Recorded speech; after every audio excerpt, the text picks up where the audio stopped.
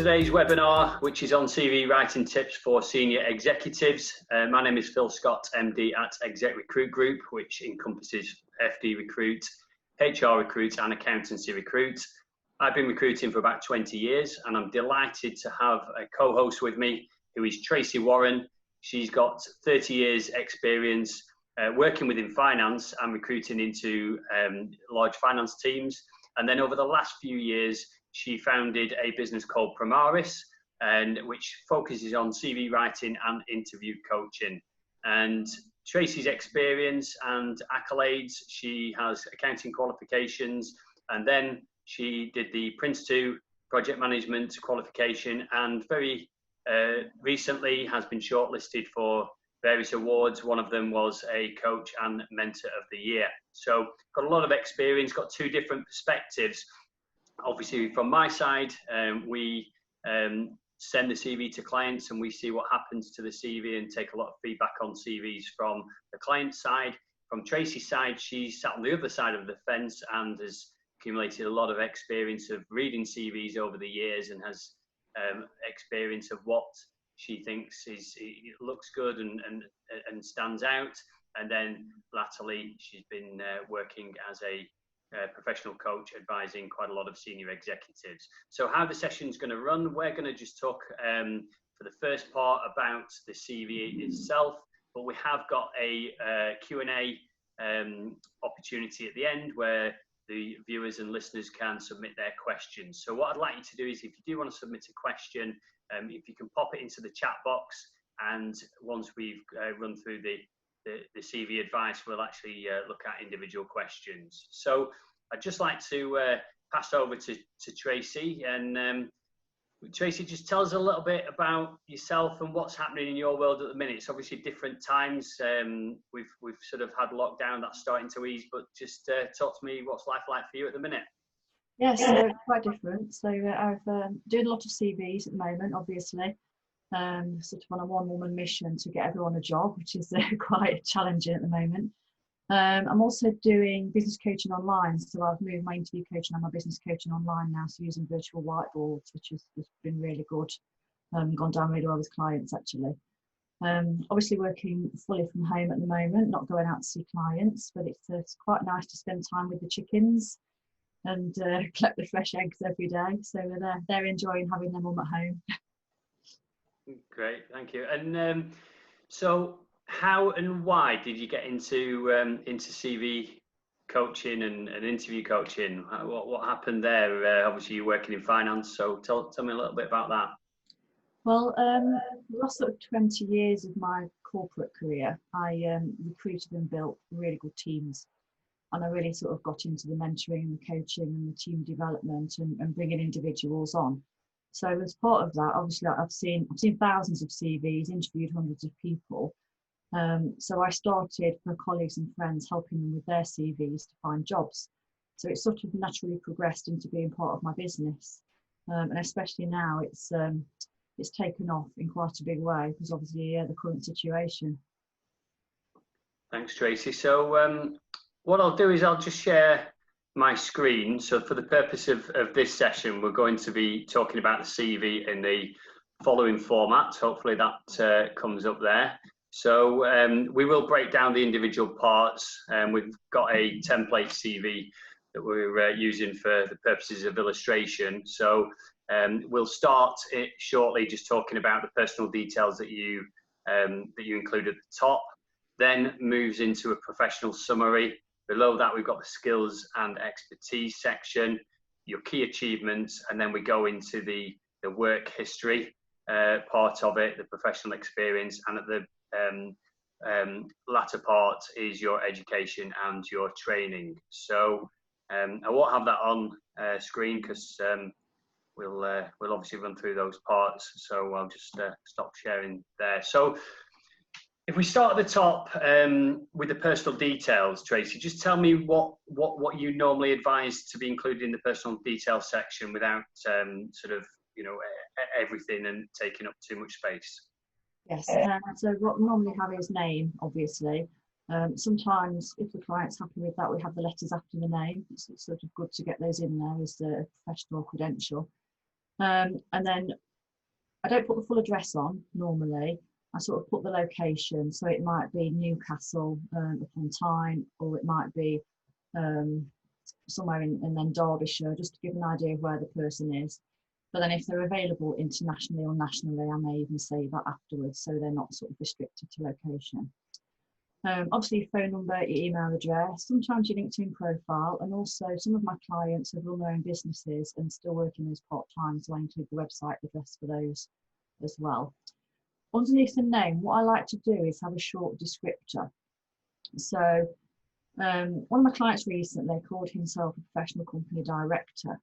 Now, I didn't think that was going to help him when he was promoting his CV to potential employers, because it didn't really describe what he did. So after a conversation with him, it came to light that it was really into sort of business improvement, putting in place management systems and processes and helping to scale businesses.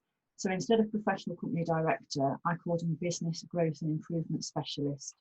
So it's not necessarily about the job that you're doing now or the job you've been doing. It's looking to what you actually want to do and what you can bring to the company that you're applying to. Yeah, great. I've seen that quite a bit. I think we were talking about it yesterday, where about job titles need to describe what they do rather than what that business would call that person, in case it's not in layman's terms. So below the sort of personal information, you encourage this sort of the next part to be a summary. Could you talk to me about that? Is that a sort of personal profile section? Yes, it is, yeah. So normally I tend to have them about sort of 6 to 8 lines long in a slightly bigger font than the rest of the CV, so they stand out a bit more, because that's the place where the recruiter's eyes will naturally go to start with. And here it's it's the essence of you. So it's your key achievements, sort of just in summary, a little bit about your skills, bringing in maybe technical skills, but also things like leadership and professional skills, but just the key things. And sort of giving an idea of you and your motivations. So for me, it's about what I try and get through all of my CVs is what's different about you. Why should the recruiter pick you? What do you bring that somebody else doesn't? So I really, when I write a profile statement, really try and summarise the essence of the person and the motivations, and sort of show what value they can add to the company they're applying to. Okay, and that is a difficult section to fill out, I think, and make yourself stand out. I mean, as a business, we see hundreds, thousands of CVs, and I don't know if 90% of them have been copied off the same website. So it's one of those things I do think you need to evolve. I'm sure you do, and I'm guessing you ask your the people you work with in terms of their CVs to do it themselves, and then you can come at it with a fresh perspective and maybe just really make it stand out. Yeah, normally sort of look at what they've done, but only take really important elements from it. So what the top tip for you when you're looking at your CV, if you're rewriting it yourself, start at the bottom. So go back to your very original role, obviously take out any irrelevant detail that you don't need in there anymore, but work your way through it, sort of in reverse chronological order, because when I do a CV, that's the way I do it, and by the time I get to the current role, I feel like I've really got a good understanding of who the person is, because I've sort of followed their progression through their career. So it's a bit like writing a business case or something. You always do the exec summary last when you've done all the work on the document. So it's a little bit like that. Okay, thank you. And you sort of mentioned the skills and experience part, and in that example that we were using there, it's in a separate area. What would you have a bit for a profile and skills section, or how would you advise? Normally, and what I try and do as well is split the skills between technical skills. Sometimes I'll have a sector section. So if I work with an engineering client, they might work in oil and gas, or some of the industry that are really important they want to stay in. And then also adding in professional and personal skills. And I try and make them really relevant to the person. So we're all a good communicator. Everyone's got a good communicator on their CV. But having gone through the whole CV and doing the skills sort of towards the end, I think, right, what does good communicator really mean? And it could be something like able to work collaboratively at all levels, or it could be able to mediate and influence from the shop floor to the board. So I try and give a bit of context to the skill rather than just say, I'm a good communicator, if that makes sense. Absolutely, and that is the generic ones that you do see, good communicator. And I think the personal favourite is able to work independently and or as part of a team. That's, I'm not sure which website that's on, but it's well used out there. So yeah, I do agree if you can expand on that and make it specific to what good communication looks like in the context of hiring you, then it's very important. So just moving on to the achievement section that you've got in terms of a summary, and then we do cover achievements as part of each job role. Just talk to me about the achievement section, and I'll just flash back on the template we're using just as a recap. So we talked about the personal details at the top, professional summary, and then the skills and expertise. But just talk to me about the key achievements part before we move into the actual career history section. Yes. Certainly no more than 5. Some of the exec level CVs I do have 4 or 5, but then generally I find there's 2 or 3. But again, this what I normally do is have a call with the client and say, describe to me what you did, because I can then dig into a bit around the outcomes. Because another thing to keep asking yourself throughout your CV process is, what was the outcome, the so what? So I've got an example here from a CV I did last week, actually. So the original achievement said I reduced costs. So I said, by how much? 30k. Well, so what? There was more money available for the GPs to spend on their project. So what? It enabled them to make changes to how they work. So what? There was more time for patient care. Now we're getting there, but so what? So this led to improved patient outcomes and reduced mortality. So that's brilliant. Less people died, which is a fantastic outcome. But it's about it's a bit like the 5 whys in coaching. You keep asking, so what, so what, so what, until you get to the real outcome at the end and what it actually meant for the business. Yeah, no, absolutely. And most of the people watching this are in finance or HR.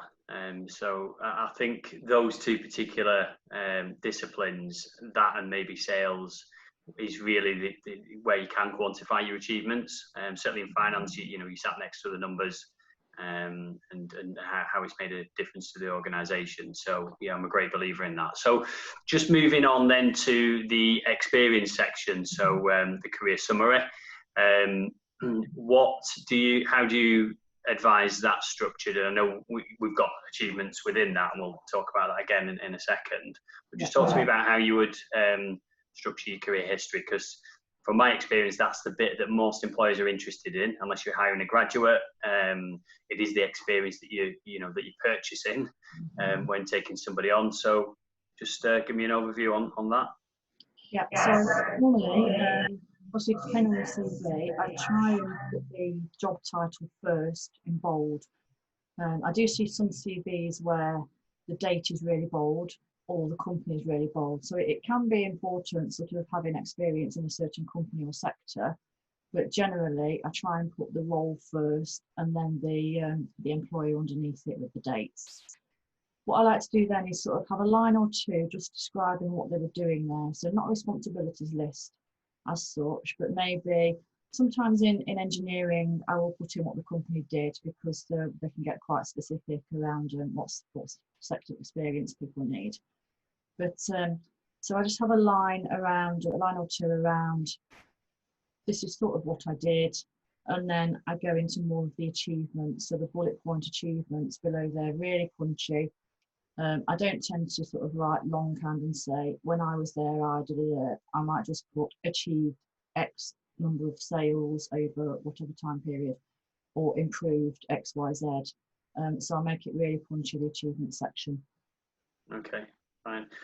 I definitely coming back to something you've said, and I know this makes a difference from a recruitment side, is the narrative about what the company does, and in finance, the turnover, in HR, the headcount. anything you can do there, private equity backed or, overseas, US owned or whatever it may be, because quite often in a competitive market, that's the sort of thing that is important to the hirer is, have they got someone who's actually worked in similar environments of a similar size, similar structure, reporting structure. Now, a lot of FDs have asked me in the past, but that might exclude me if I'm going for, for a role in a different, but if you don't put it in, you'll be in the maybe pile. And quite frankly, the maybe pile very rarely gets visited in a competitive market if they've already filled, if they've already got 5, 6, 7, 8 CVs in the yes pile, they're the ones that get the interviews. So you're better off being off the fence and either in the yes or the no pile than always making the maybe pile. Have you got any thoughts on that? Would you sort of concur? Definitely. If you've got a big corporate background and you may be applying to a smaller SME type company, I would word it around, I'm bringing all this amazing experience that I can use in your business. So it's sort of having different experiences, it's sort of dealing with a big environment and all of the skills and qualities that requires, and you can sort of bring added value to a different company by doing that. Yeah, good. Okay, and the achievements part then, we sort of mentioned that, and the duties bit. I mean, from personal experience, more importantly for junior roles, I think the duties can be important. You don't want to sort of duplicate, but at the same time, I think we were talking about it yesterday, Tracy, when we had a conversation offline about just sometimes you've got to think of the lowest common denominator of person that's reading that CV. So your CV might go either direct to a company, and it could go to a very junior recruiter who for FDs or for anything HR. That might be the first time they've ever been asked to sort of by maybe the business owner or the chief exec to look at CVs in that discipline. So what they've got here is a job specification, and they're looking for a CV that's a good match. And unfortunately, if they're not a professional, they're just going to be doing a keyword match. So sometimes you do have to put a bit more in the duties section that you would like. Obviously, when it goes to the CEO, I tend to find that they're interested in the achievements part, but you've got to, I do agree, you have to have both and separate them out so that whoever you are, you can look at the relevant bit. So if you're just keyword matching as a sort of CV sifter at the client side, a PA or something like that who might be doing it on behalf of the end decision maker, they'll look at the duties, and then obviously the key stakeholders are going to look at the achievements. Is that how you sort of found things? Yes, I don't like jargon, don't like buzzwords and things like that, and three-letter acronyms that no one knows what they are. So I like plain English. And I've got an example actually from a CV that I did a couple of weeks ago, where the original said, full understanding of gross margin protection through costing to clients' aspirations and policy. And I thought, what does that mean? So if I don't understand it, a potential employer isn't going to understand it. So after talking to the client, that turned into maximised gross profit margins through expert ability to balance client expectations against the most cost-effective technical solution. So changing that sentence to clearer English, but also bringing in lots of skills as well and showing how they add value. So, yeah. Yeah, that's something that we had as a potential question that may come in, is the acronyms and the jargon. You've got to just bear in mind that the layperson could be the first obstacle you've got to get over as well. So yeah, and I mean, we also one of the things that we'd mentioned is job titles as well. How do you think? So when you're actually putting a job title down, so do you try and translate that into the sort of UK equivalent if it's a UK role? Because if you work for a global company, they could call a finance director a VP of finance, for example, but the person reading it might not know what a VP of finance is. What's your thoughts generally on job titles? Yeah, I like that actually. We worked in the oil and gas industry, so it was very, very jargony. So where I could, in a couple of places, they've got the role, but then you could put in brackets what that actually means if the client really wants to keep the role. It might be specifically industry. But if they're applying to different industries, it might be a different thing. So I try and describe what it is, if the client's happy to sort of have two titles, but also in the line underneath the job title to explain what it is as well. And then to reiterate that, talk about it in the profile statement, but not call it the jargon name. So describe what it actually was.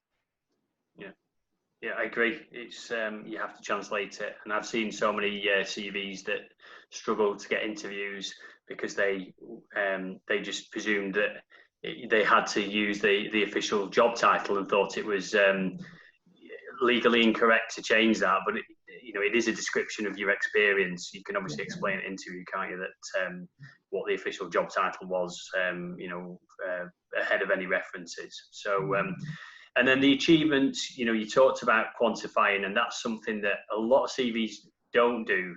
And in finance, we've run training sessions over the years, and I remember one about 10 years ago, and it was a finance one, and they'd reduced debtor days in this business by about 14 days. Which could be amazing, or it could mean not a lot, depending on the size of the business. But as it turned out, and we actually followed that through, just like you said about the so what, it meant that the 14 days in that business, it must have been 24, 25, 26 million turnover. But that made a difference of reducing the overdraft by £1 million. And at the time, the interest rates they were paying were 7 or 8%. So that's a 70, 80 grand saving just on that position. It was actually a credit controller that was mentioning it, and she was only paid, I think, 20,000 at the time. So she'd obviously paid her salary back 3.5 times just on that one, that one achievement, and actually quantifying that in terms of, the pounds and pence, saved the business, recurring bank fees of 80 grand per year is it's a no-brainer really, in terms of quantifying that achievement. So it is important, and I know that's something that you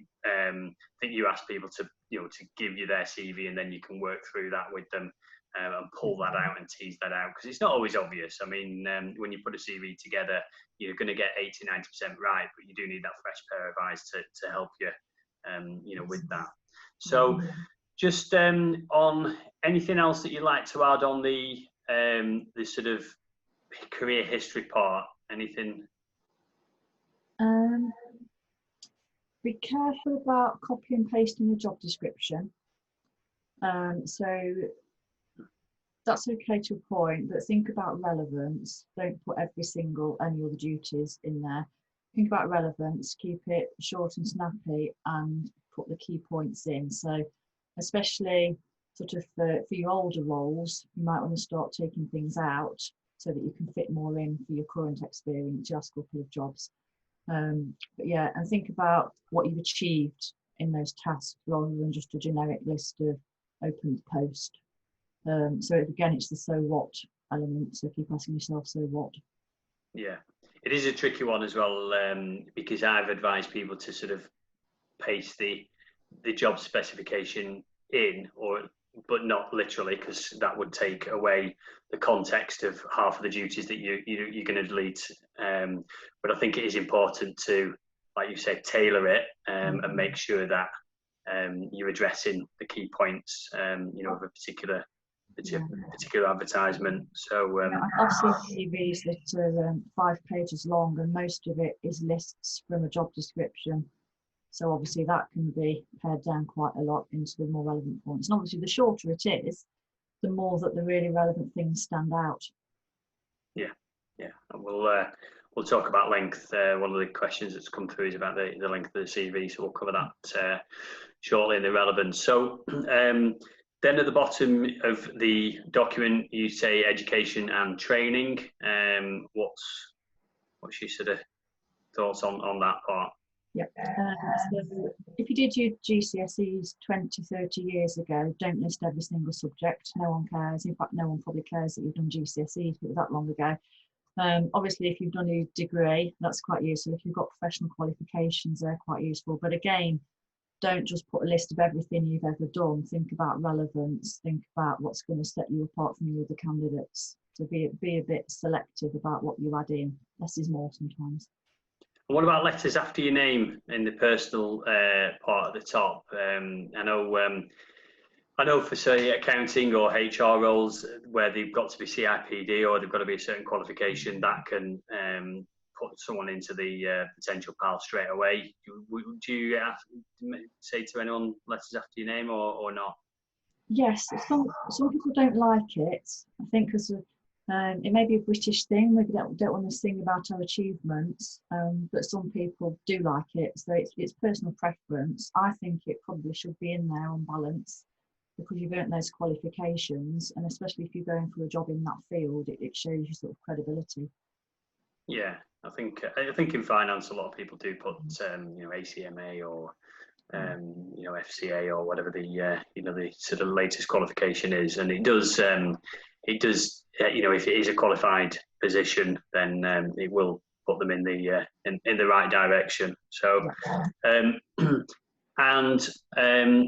one of the questions that's actually come in and came in beforehand is cover letter.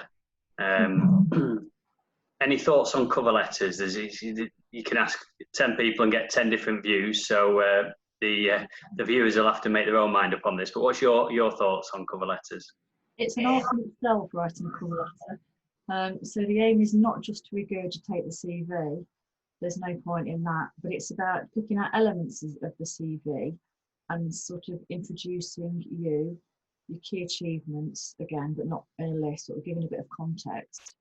But then also, because a cover letter is personal, usually, make it relevant to the recruiter or the employer, make it relevant to the job.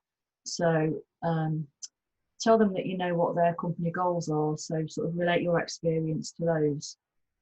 So, for example, I bring my my inclusive leadership and ability to improve systems and processes, which will help XYZ company to achieve your goals of expanding globally or what is. So it's about making it a bit more personal to the employer, and you can tweak those then for each role you apply for. Probably no more than a page, because people haven't got time to read reams and reams of stuff, because they should have most of the information down on the CV.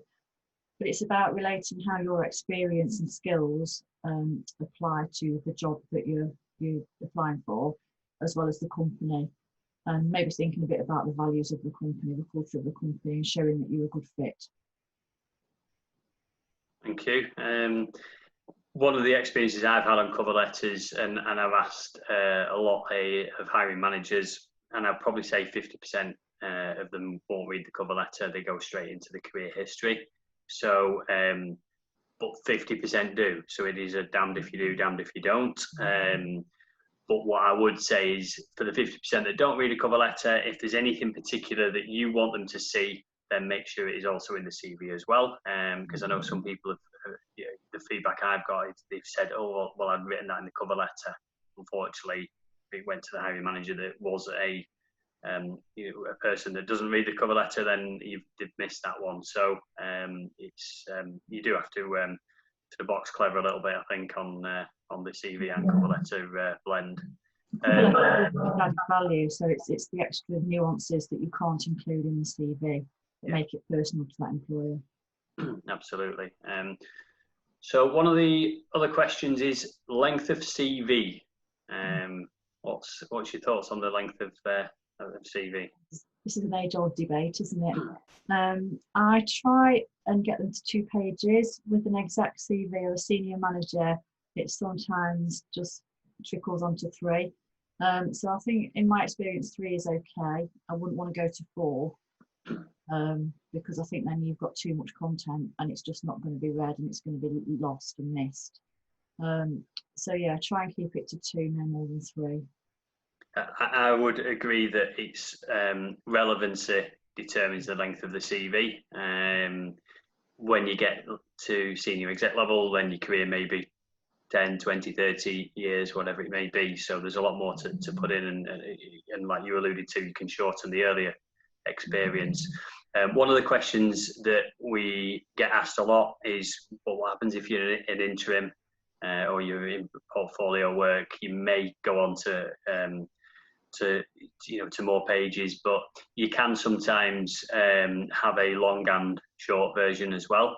That if you've got key recruiters, you can give them the long version, and they can, with your guidance, can pull things out that's relevant to a particular role. If you've done 20 interim assignments over the last 10 or 15 years, then a couple of the assignments that could be 5 years ago could be key to that. So I think it's I think the document that goes across needs to be 3-ish, 2-3 pages, probably with inserts from the larger document for a particular role. That's how we've done it on an assignment basis. So, but it is like you say, this is an age-old debate, and I think you've just got to apply your own common sense to it and not take out anything that's that's key.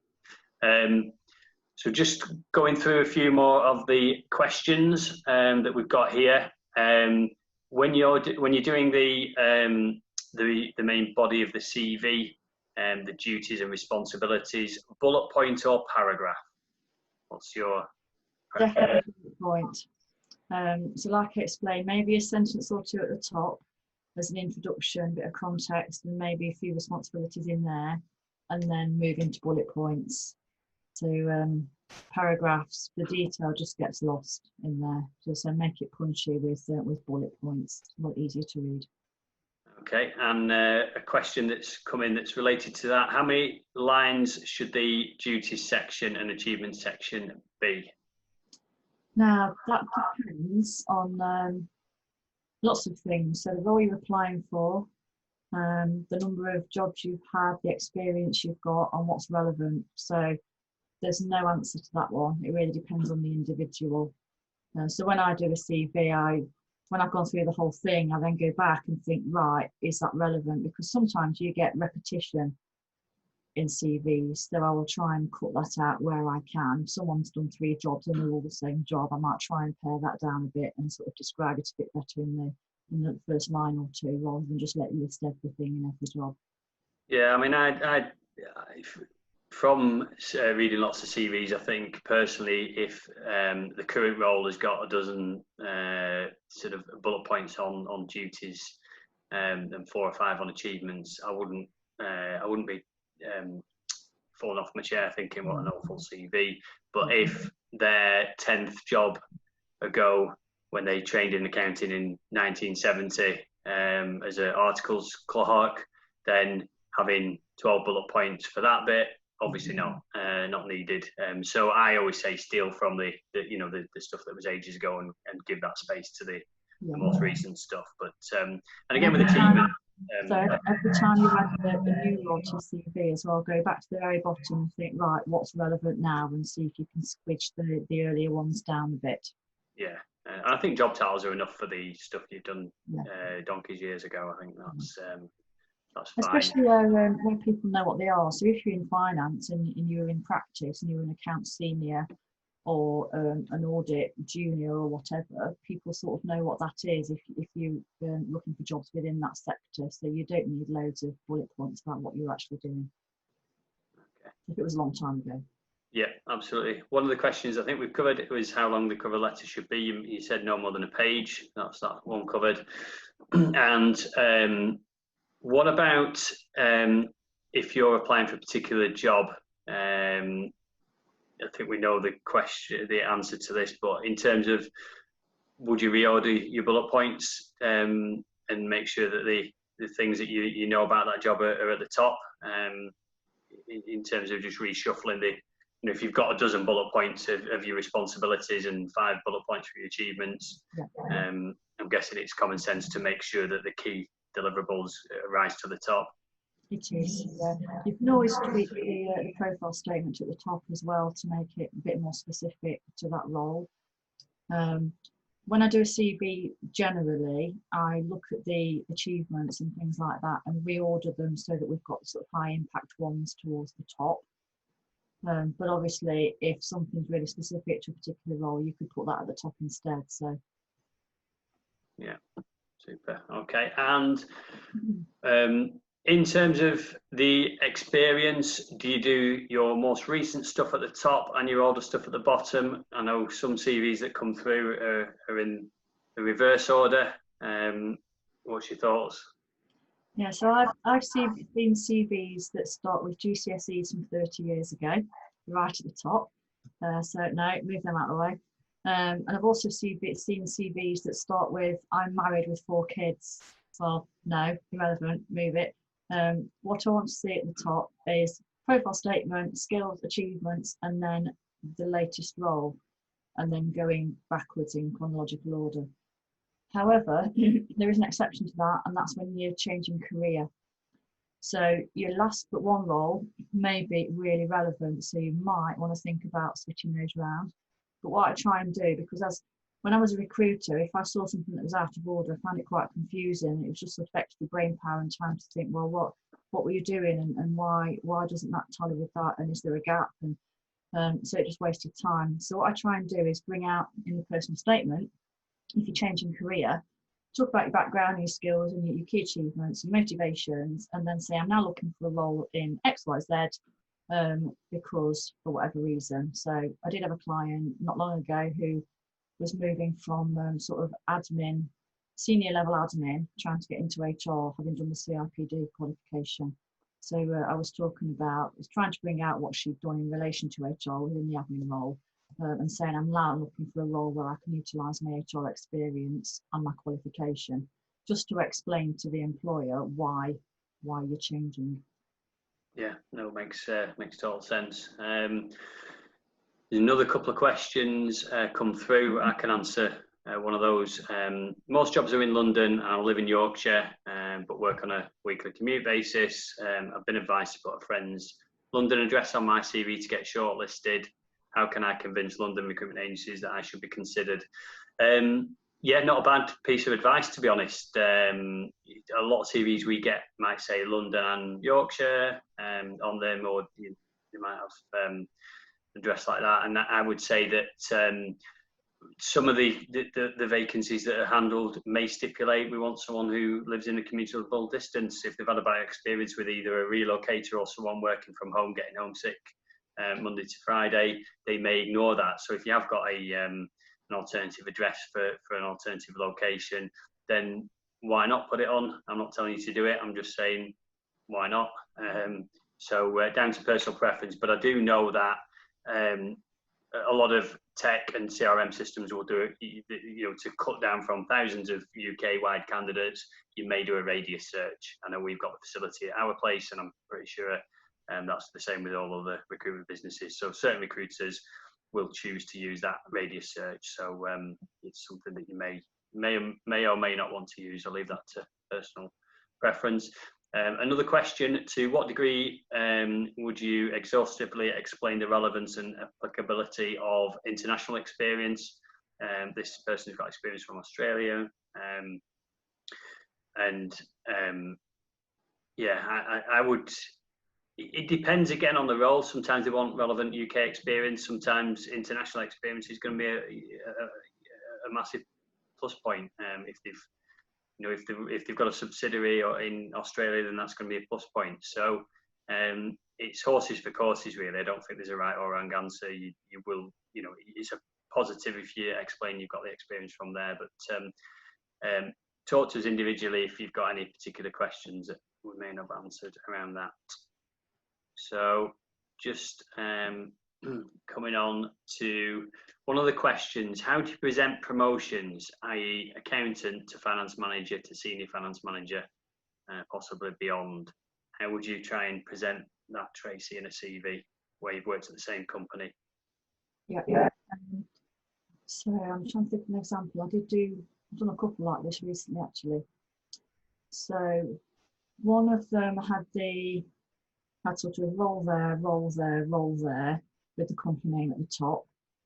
So I added in a line that said, due to my success in the position, I was promoted to this and then this. So I've got it in there as a promotion, because I think that's a great thing. I did another one as well where he didn't have the roles listed individually on his CV to start with, but he got sort of hidden in the text that he'd progressed within that firm. So again, I took it out of the sort of small text at the bottom and I put it in the line underneath the job role. the job role that he did at the final point when he left that company.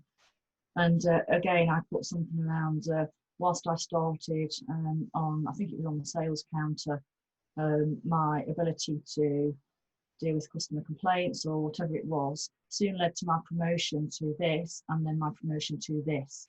So I like to mention it as a thing, because I think it's really good. If you've been promoted, then you're doing something right.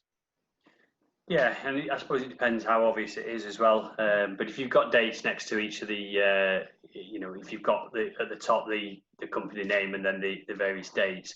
So just to chip in, I would say if you'd only ever worked for one company, which you know, maybe this person has, then I would put them as separate positions. But it's obvious that it's the same company that you've got promoted with dates, and that will broaden out the experience really. Whereas if you condense it too much and that's your only ever employer, then apologies, I should have silenced that phone. Hopefully that'll go off.